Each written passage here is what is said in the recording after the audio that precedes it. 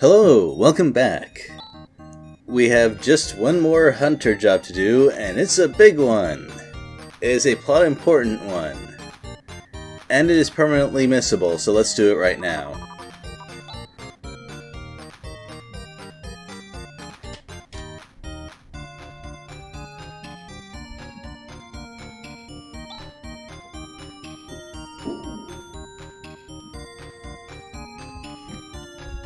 It's been a while since we went back to Birth Valley. I wonder how much it was in game time, though. We've been working pretty fast overall. Wouldn't be surprised if it was a week or less. Okay, maybe a bit more than a week, but something along those lines. Well, this is new. Servants are invulnerable to robot instant death, so I have to go with a more brute force method. They are also apparently strong against machine attacks, which is very unusual. I didn't know there was anything that could resist Burst Rocket until just now. You don't say. How are all of you still alive? Those guns they have do not mess around.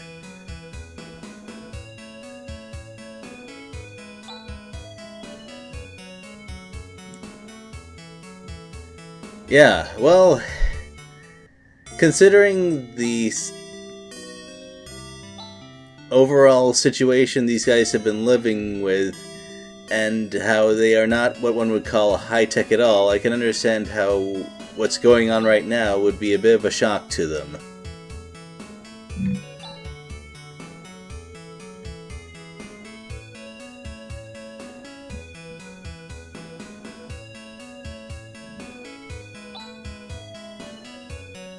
I would be fed up too.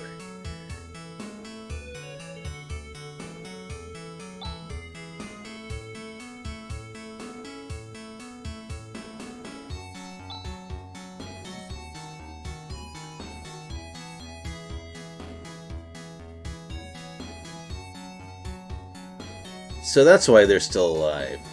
That is extremely odd. Oh, don't talk like that, Ren. They were definitely using attacks on everyone in the party.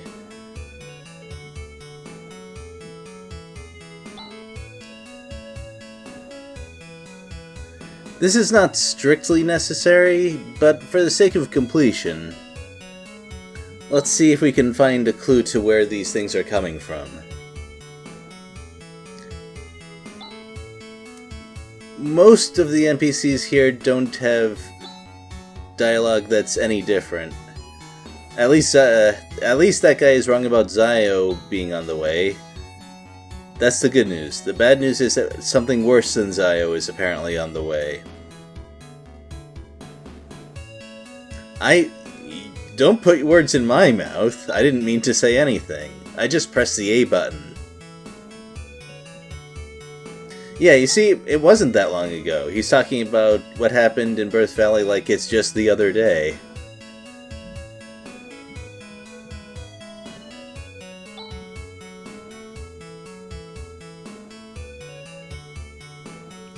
Well, if the person we're looking for is not outside, let's go and do some house searching. And just like that, we've got our clue. I would be at least a little bit afraid.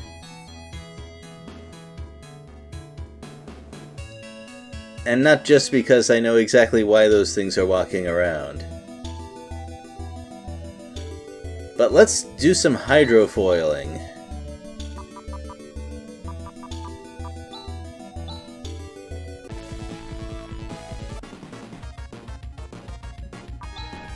I just love that music. I hope you will accept a little bit of indulgence from me and sit through the encounters. It's not like they take very long.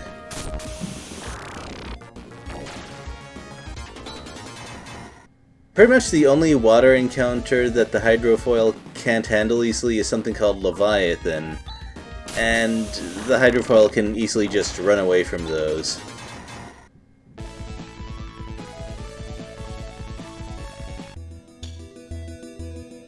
Well, this is something we haven't visited yet.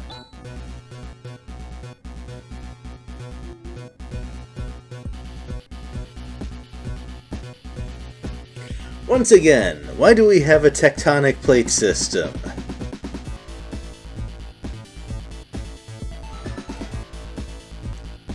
Ooh, it's been a while since Demi has had to do anything.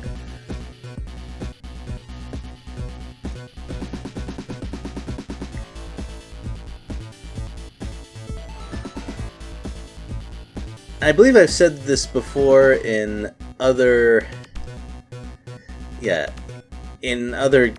game series, but I really appreciate it when the designers create something this important to the plot with this much talking and interaction and stuff, and then they just make it optional and even something that can be missed for good. Because if I was in their place, I would be not very happy with the idea of putting all that work in and then having players just not see any of it. Well, of note here is the Vopal Spears, which, well, I'm pretty sure that's supposed to be Vorpal. And those things are scary. They work somewhat like the mines that we saw earlier in that they don't attack you until you attack them. The thing is, their detonation is called Cyanic Bomb, and it just instantly kills you.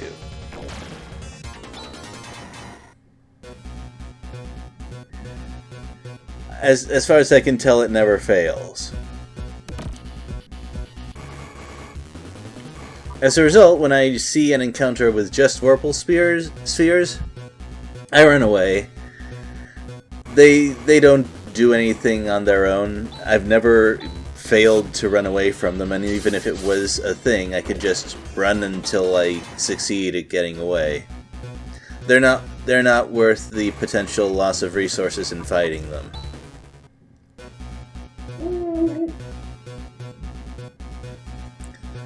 Well, there is a little bit of housework going on in the background, so if you hear a drill or something, that is why. And these are the last in the line of the Wherein enemies. We've seen them a few times, and yes, they are a less human-looking version of our own Wherein combat android, or robot, however you want to say it. And now they have that. They are very stubborn about using it sometimes. And they are good with their targeting. They will never target someone who is not Wherein with it.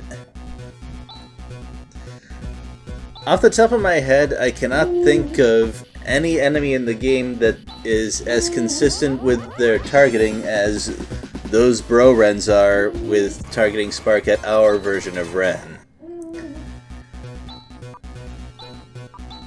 I have mixed feelings about this. On one hand, I think there was the opportunity to do some interesting plot things by fiddling with enemy targeting. And they could also, if they chose, they could have random encounters be fairly brutal with how they target their things at whoever's weak against them, or go out of their way to spike one of your characters down to 0 in one round. That might be kind of against the spirit of what they're trying to do with this game, so I can understand why they didn't, but still, the possibilities of it are very interesting to me.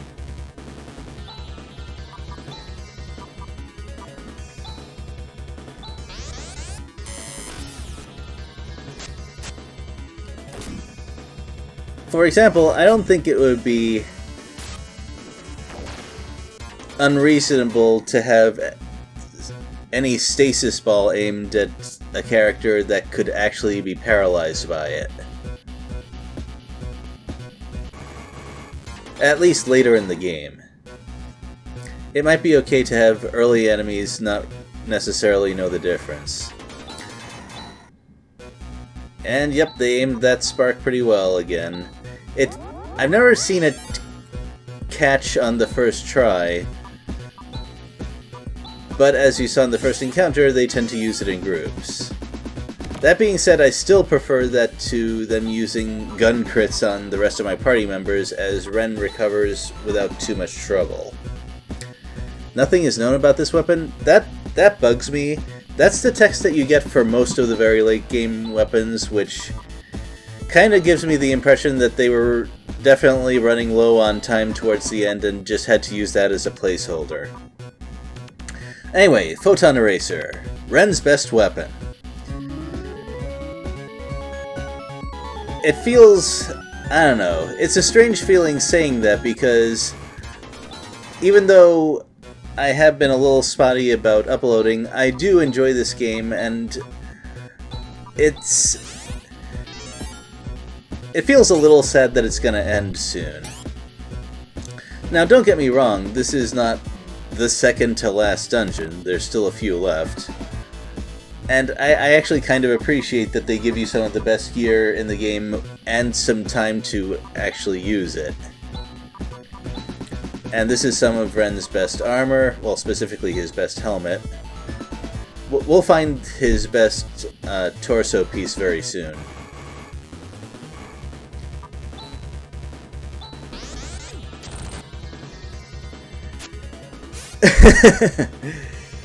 Well, I guess that's the game reminding me that I really should not be stingy with my healing. Unfortunately, I do not pay attention to that as much as I should. However, there is something I do pay attention to, which is I have these trimates and I'm low on inventory space, so I might as well use them, especially considering that right now Rika is my main healer and her resources are pretty limited.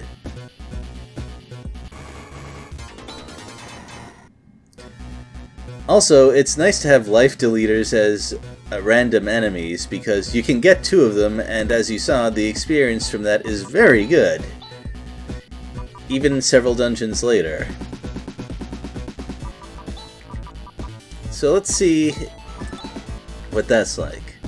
Well, they had time to describe the armor at least, I appreciate that. Although, why is Laconian gear on Motavia? I thought that was a Desolis thing.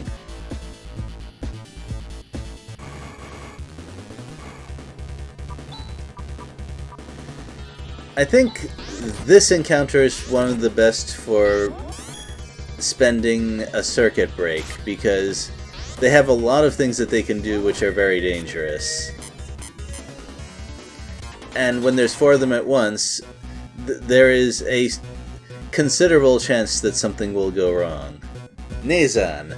You'll notice that I don't use the Zan's techniques a whole lot, especially... Well, Chaz is the one who tends to specializes it, and I want to conserve his technique points for stuff like Nathu. Plus he has Air Slash, so it's not even his only wide-range physical-based attack. And in fact, Air Slash is better because it's based on his strength, which is better than his mental, let's put it that way. Oh, remember how I said the life deleter would have to have something that looks really cool and does good damage? Well, it's not that. But I finally discovered it. It took me a few tries. But looking at the damage, I'm kinda glad it didn't do that back when it would have been a bigger problem for my party. Naysar! Very powerful, very expensive.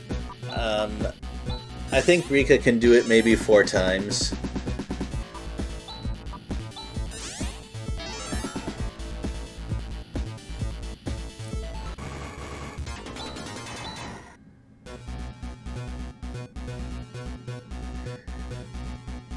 And that's Rune's final attack skill. Yeah, we are definitely getting some final attacks at this point.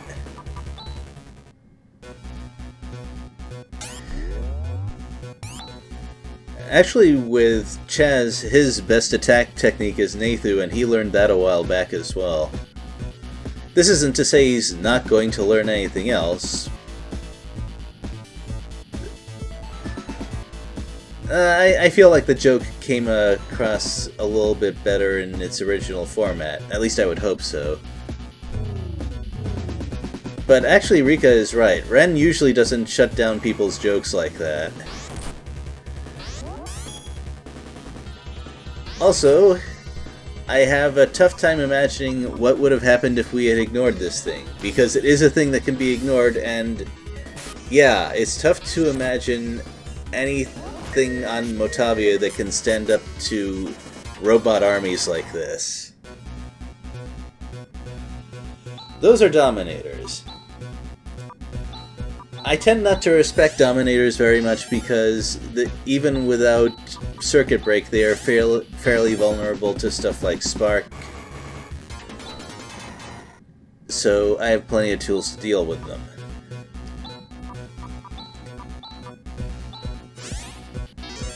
They hit reasonably hard, though.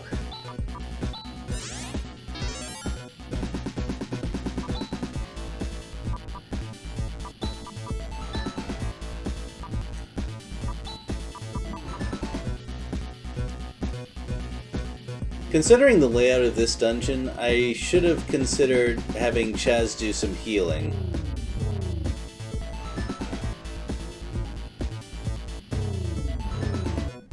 I think he has the resources for it in this situation.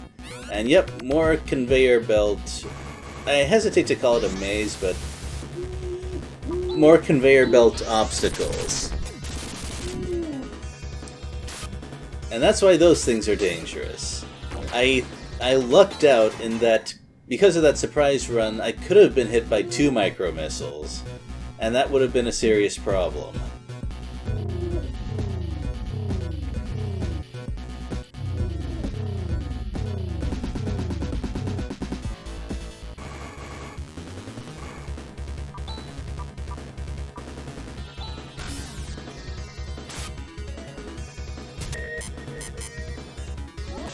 Now that doesn't make much sense, does it?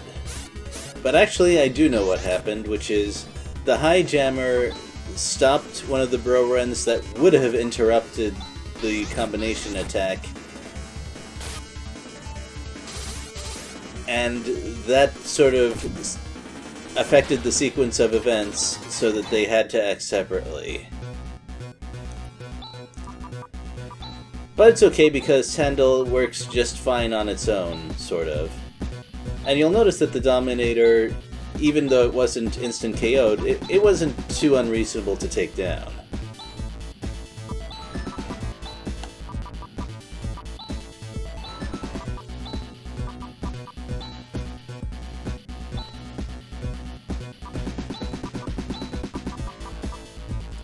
Even so, I don't want that to happen again.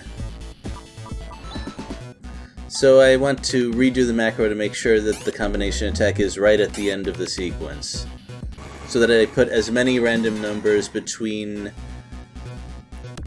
the execution and the enemy as possible. Speaking of final attacks,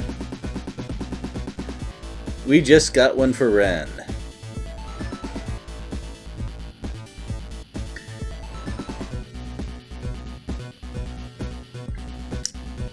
I'm not convinced that Ren has the kind of power source that could fuel that kind of burst of the positron beam. Although, you never know. Characters can be pretty powerful in Phantasy Star. So, we have Puzzlebolt. Do not expect its number of uses to increase a whole lot. It is also not part of a... Okay, I take it back. It actually is part of a combination attack, but not one that is worth using. I'll show it off when I get access to it, but no. Seriously now.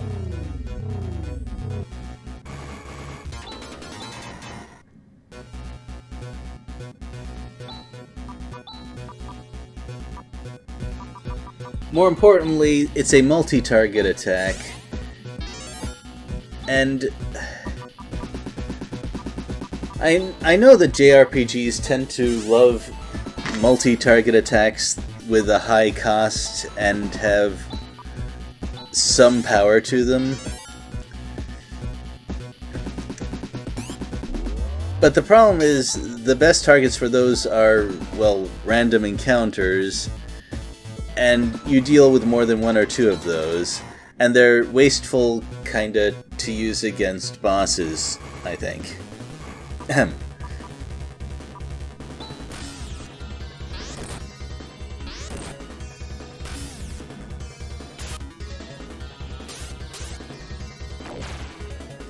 Right. This is my last circuit break, since I'm out of Tandle now. What I was thinking was, this is okay because I'm almost at the end of the dungeon. Aha. I really should know better.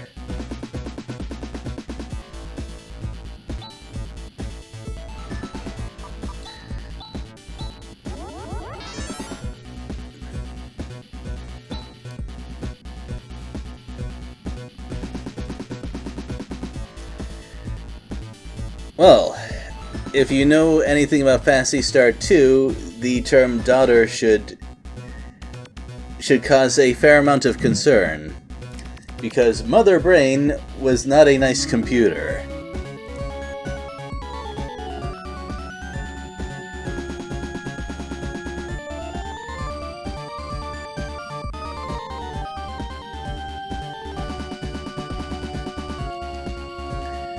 It is definitely as inflexible as one would expect from that particular design.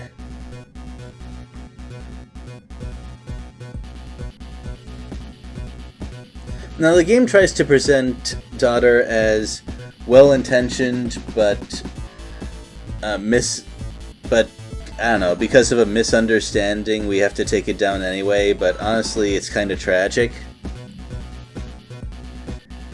But I disagree.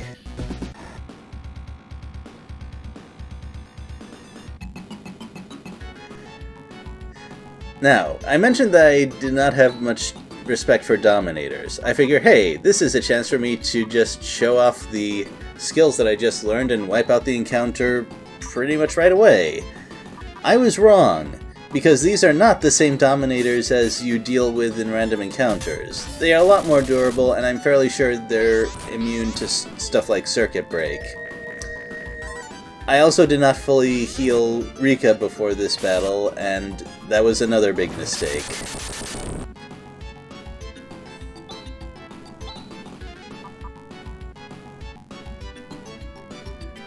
Well, now I'm in a bit of a bad situation, aren't I? If I knew exactly what was going on, it would have been better. I would have realized that I should, I don't know, use Ray Blade or something and focus them down one at a time, now that I've used my big AoEs.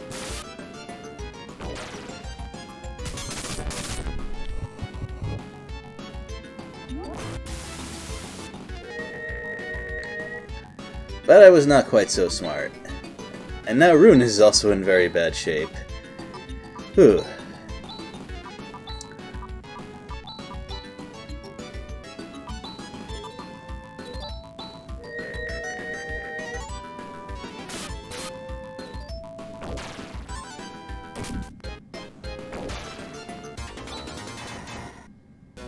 Fortunately, we averted complete disaster right there.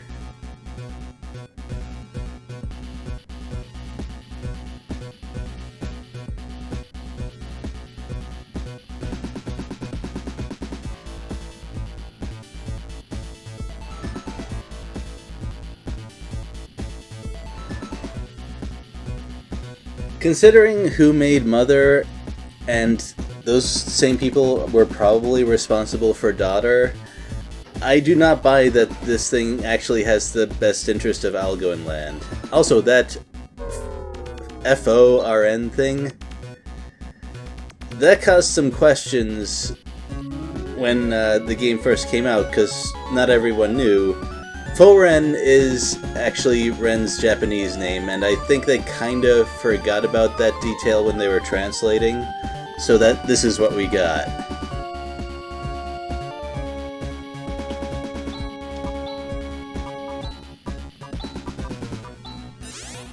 And we're done. If we didn't care about the plot at the end and the Meseta, which, to be fair, we do not need the Meseta at all, we could have just grabbed all the gear and the Posibolt and just left. But I think that would be a disservice to a playthrough like this. And even though it's a video game, it feels a little bit irresponsible to me as well.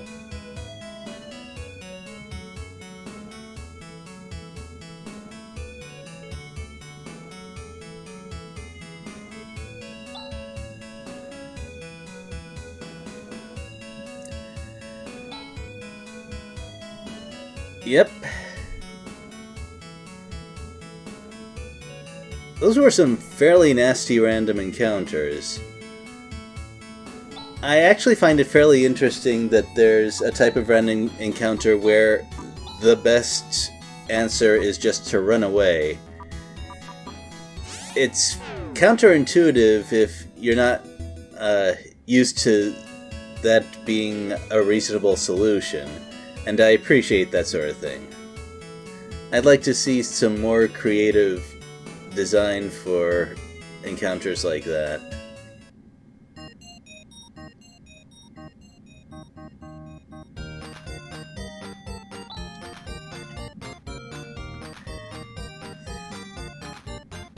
Wow. Well, that's university money, I guess. What? Oh yeah, I know that Daughter only activated because of us dealing with Nervous, but that was not exactly something that we did recklessly, or without good reason, so I'm not sure I agree with the lesson they're trying to put forward there. But anyway, we have more stuff to do with the Soldier Tower, and I will see you then.